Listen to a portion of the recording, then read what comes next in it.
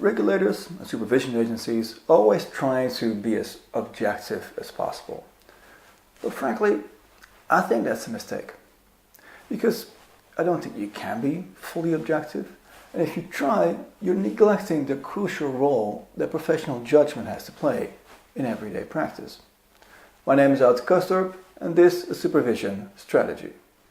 Professional judgment is what a supervision officer applies to make a decision which is not prescribed by law or protocol, and it's also not triggered by straightforward quantitative thresholds. So it is at least partially a subjective decision. Now, if you start paying attention to this, I find that we actually make subjective decisions all the time, large and small, throughout the entire supervision process. Now, on the one hand, there's obvious problems with subjectivity in making decisions as a regulator. Such a decision may be arbitrary, intransparent, low quality, and also subjectivity opens the door to abuse of power. This is in fact why the philosopher Max Weber argues for the advantages of bureaucracy, because that minimizes subjectivity. But just the same, subjective thinking based on experience is actually indispensable in everyday supervision practice. So I think it's an illusion to think we could do without. We know that only a tiny percentage of our thinking is in fact conscious thought.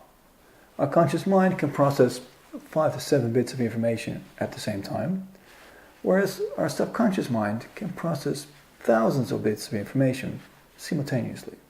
In everyday life, we refer to this subconscious thinking as skills, experience, intuition. So for instance, cooking skills are mostly based on subconscious algorithms that our mind has acquired through hundreds of cooking experiences we've had previously. And similarly, if we intuitively like or dislike somebody, or maybe are uncomfortable with a situation, this is based on subconscious observations that we make compared to our experiences in the past. Now, to be clear, this unconscious way of thinking is not infallible. For instance, our intuition can be wrong. But this way of thinking is certainly very powerful, and it's also clear that we cannot even function in everyday life without such subconscious thinking routines. So it should come as no surprise that this subconscious way of thinking, skills and intuitions, play a crucial role in everyday supervision practice as well. In this context, we usually refer to it as professional judgment. And it is based on years of experience that you would have in everyday supervision practice. So just to show you how pervasive this professional intuition is in our everyday practice, let me quickly show you what goes wrong if we leave out professional intuition in any step of this standard supervision cycle. Without professional judgment, you will not be able to spot truly new emerging risks because your current algorithms are not able to detect them. Also, your focal points will become so predictable that firms may lose their incentive to work on compliance across the board.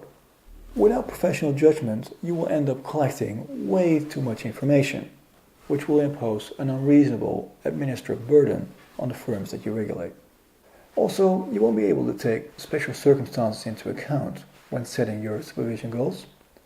And I don't think you'll be able to properly assess the compliance motivation of the firms or the people that you regulate. Without professional judgment, your intervention can never be truly tailored to the situation at hand. And without such judgment, you certainly can report enforcement numbers, but you won't be able to convey the explanation behind these numbers that give them meaning. So professional judgment can be dangerously subjective. But at the same time, it's clear, I think, that we cannot, and indeed should not, do without professional judgment altogether. Now, I guess the good news is that there is arguably a third option. So, besides being completely objective or completely subjective, your professional intuition may also be what philosophers tend to call intersubjective. So in this context, this means that you adjust your intuitive or subjective assessment by discussing it with colleagues, but also external stakeholders. Now, I don't have time to fully discuss that now, so we'll leave that to next week. So, in your supervision practice, do you try to be as objective as possible? And if you do, how do you make sufficient room for professional judgment and intuition? Let us all know in the comment section, or let me know at supervisionstrategy.com. Next time I'll discuss how to use feedback to further improve your supervision. Until then, thank you for watching and thank you for working on supervision.